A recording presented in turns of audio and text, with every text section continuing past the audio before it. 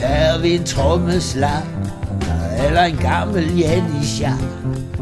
Alle kender hans navn, han har sit eget TV-program. Og så sidder to gamle grise, den øjne kvinde vil prise.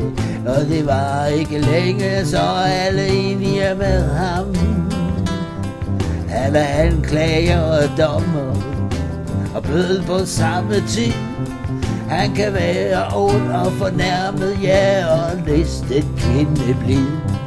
Han hæver sig op over pøblen og svæver højt.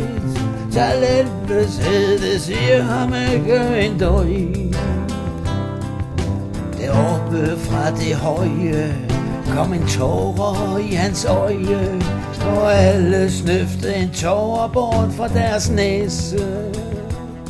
Men det er et spil for galleriet, hans ego kan lide.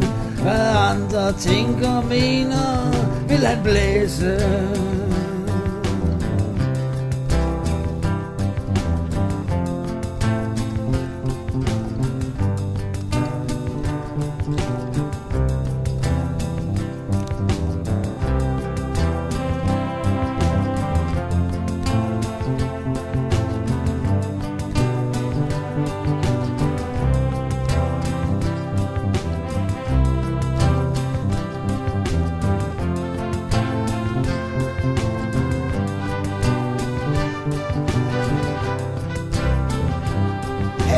Anklager og dommer bød på samme tid.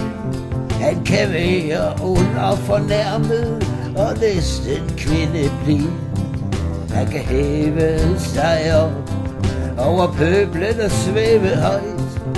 Talentløsheden siger ham ikke en døj.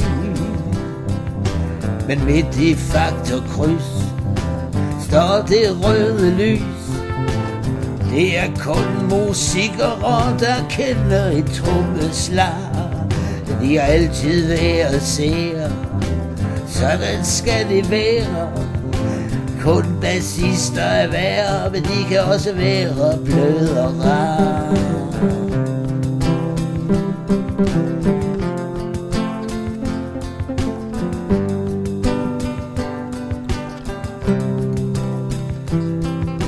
Og nu har han delmen også fået en sang, noget engang Lars Ulrik har fået.